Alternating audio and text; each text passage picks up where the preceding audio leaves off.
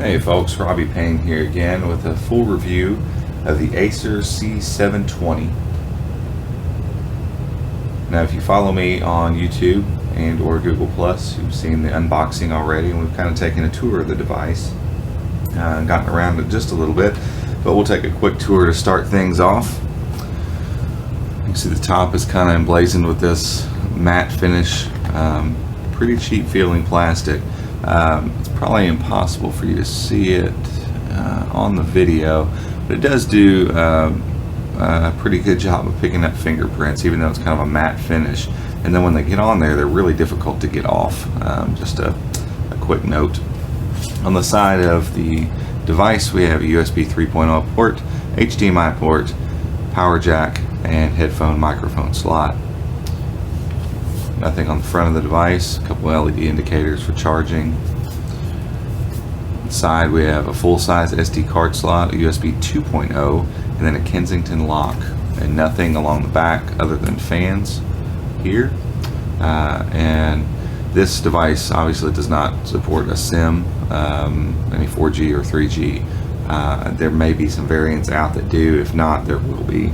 Acer seems to do this with their Chromebook lines. They'll kind of drop multiple variants. Specifically, just yesterday, I believe there was announced that there's going to be a touchscreen variant of this guy without the 4 gigs of RAMs, but a full touchscreen. So it'll be the first Chromebook with a touchscreen other than the $1,200 Chromebook Pixel. So it'll be interesting to see how Acer plays that and how that screen looks. If it fares the exact same as this, just glossy cover on it, it'll be an interesting thing to see. This device is packing the Haswell class Intel Celeron processor, 4 gigs of RAM, 16 gig internal solid state drive, 11.6 inch display, 1366 by 768 in its resolution. It is a matte finish. So that's kind of the specs and the rundown. I've seen in some other videos, some people have asked about Ethernet ports. The last few Chromebooks do not have them. So if you don't have Wi-Fi, I'm unsure at this point right now whether an Ethernet adapter, they make the USB 3.0 Ethernet adapters for Windows PCs, Mac OS. I don't know if that would work on Chrome. I know a lot of other peripherals do right out of the box, so I'm not exactly sure if that would work or not, but it might be worth a try if that's something you need. My recommendation to you would be to go buy a $40 router, plug it in and let it do its thing, so you can have some wireless internet around the house. I have turned it off, so we're going to just see a quick quote-unquote boot up, even though I'm sorry, I'm in developer mode. So start counting from now, and we'll see that 7-second boot up is more than true with Chrome OS. You can see there's a couple profiles on here. I let my wife mess around with it a little bit. She currently uses the Samsung Series 3 Chromebook and really likes it. She gets a little aggravated by its performance sometimes, which if any of you own that one or have gone with the HP 11, you know what she's talking about. There are just times when the processor doesn't quite handle what it needs to. But form factor wise, this one's a lot like the HP 11 as far as the weight and the size of it. It's a little bit deeper this way than the Chromebook 11. I think almost the exact same width left to right. So form factor wise, it's about the same. Build quality wise, it's nowhere in the same ballpark. This is definitely other than the C710. The C710 was incredibly cheap feeling. This one is not that much better, and by far the cheapest build quality of all the Chromebooks that I've got my hands on thus far. You'll see on the inside a glossy kind of cheap plastic bezel here that's just a fingerprint magnet. I mean, that's one of the areas as far as physically manipulating the device. That's one of the things you mess with most, and it just collects the fingerprints, just the way it is. The keyboard, while the keys are plasticky and again, overall everything on this thing feels really, really cheap, it actually performs pretty well. It didn't bother me. There's not a lot of flex at all on the keyboard. It's nice and firm and responsive. I didn't have much issue at all, honestly, with the keyboard. Typed quite fast on it. Keys are spaced pretty well for an 11.6-inch machine, so I really have no complaints with the keyboard. They did a good job of spacing it kind of right out to the edges so that they retain almost a full-size keyboard. Same goes for the trackpad. It's probably impossible for you to tell this on the video. Like the corner of my trackpad actually is above the casing here, so I can run my finger there and kind of catch the edge of it and pull it up. And if I push it, you'll hear it clicks back down into place, and now it's down in there. But the first time you click around down here a few times, it pops itself back up there. And so again, you just have certain expectations when you go into buying a $200 or $250 laptop. It's just the way things are. They can't use the highest quality everything in putting together a machine like this. And so there are just certain trade-offs. Like I said, it is light. It's sturdy feeling. I didn't feel a lot of creaking with the device. That's not it. The cheap feel comes a whole lot just from handling it. It'd be incredibly difficult to explain on camera or explain in any kind of written review. It would be something that you just need to go to Best Buy or Walmart or something like that. Just pick one up and just feel it. The tactile feel of the device is pretty cheap feeling.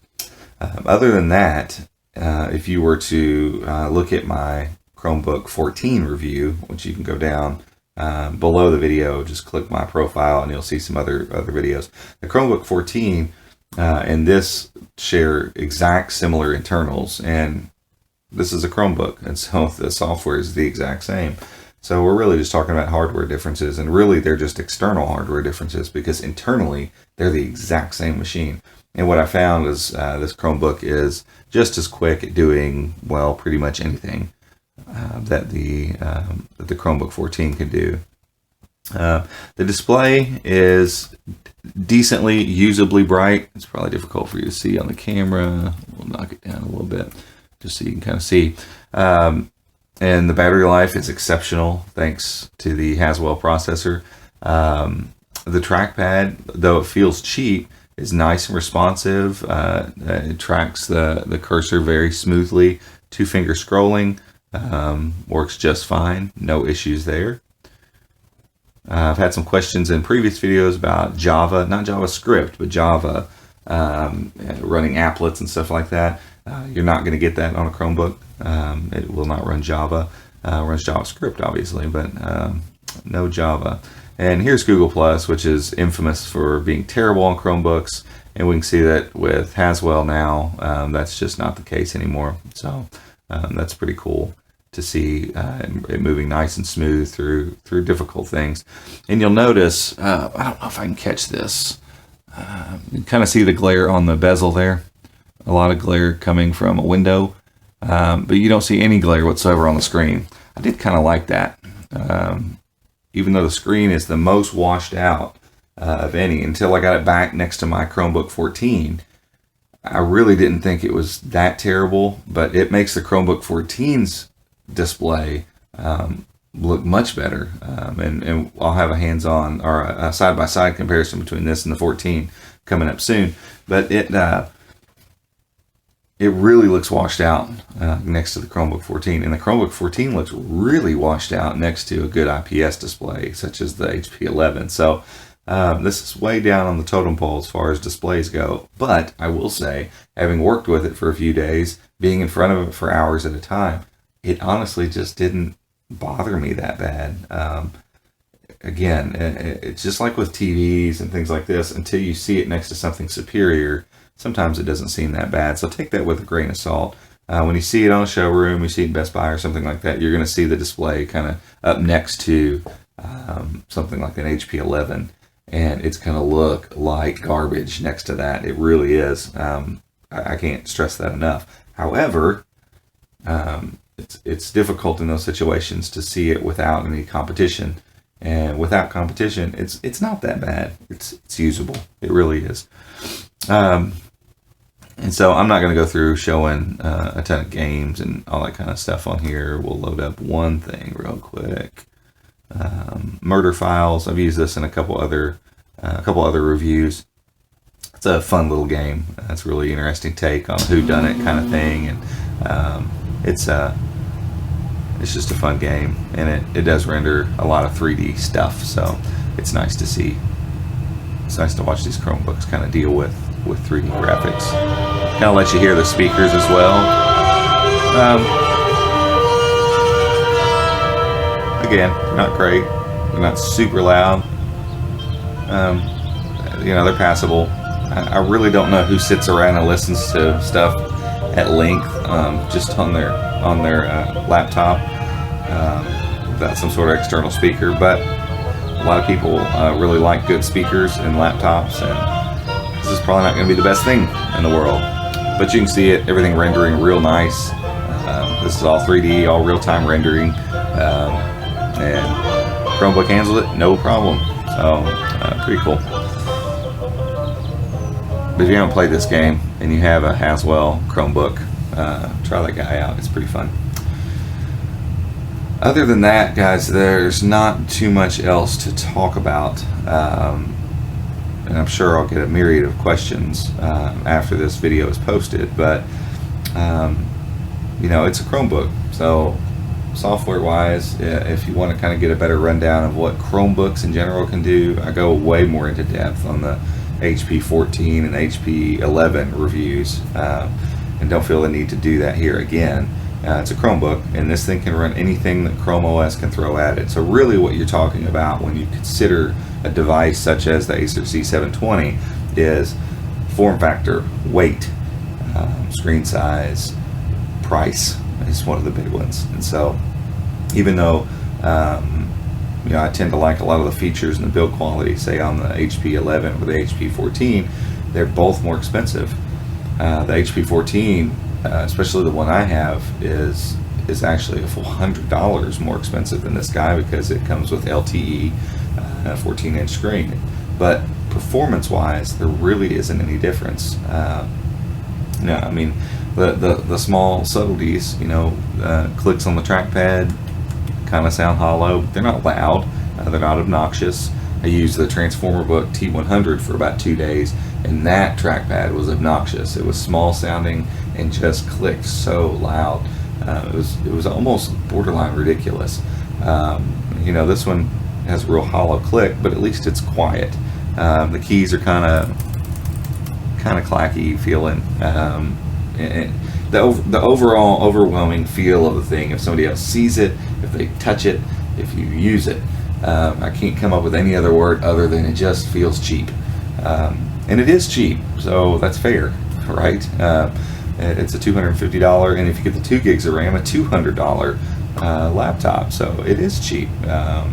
So, as I said, and I've said before, Chromebooks are, at this point in the game, Chromebooks are give and take.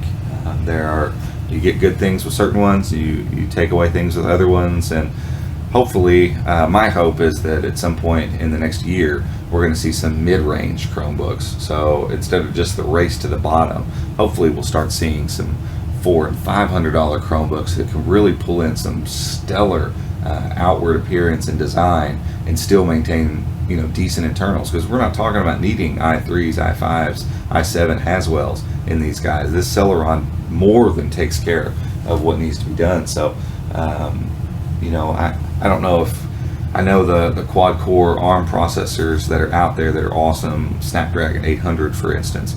I don't know that Chrome can utilize that. Maybe why they haven't used it yet, because all your main ARM processors are all quad core, and from what I understand, Chrome can't utilize quad core. It can only utilize dual core at this point. So could be the reason why we're not seeing the more powerful ARM chips. But I think either a more powerful ARM chip or stick with this, this Haswell Celeron. It does the job more than plenty. I mean, it really takes care of business. The amount of RAM is fine. I've not run in with this or the HP 14 a time where I had too many tabs open, and I'm talking about opening multiple tabs, and I can show you that really quick. Opening multiple tabs with YouTube in it, and let me get one up and running here, and I'll just duplicate it over and over again and just show you. I mean, RAM is not a problem.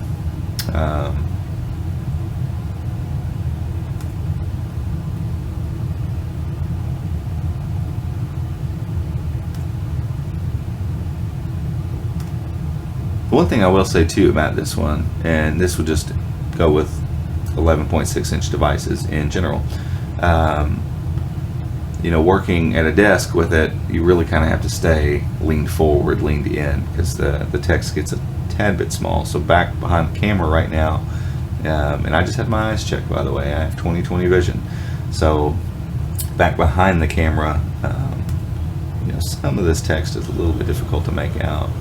Alright folks, it's Robbie Payne here. Mute me there. So I'm just going to go and duplicate and duplicate and duplicate and duplicate.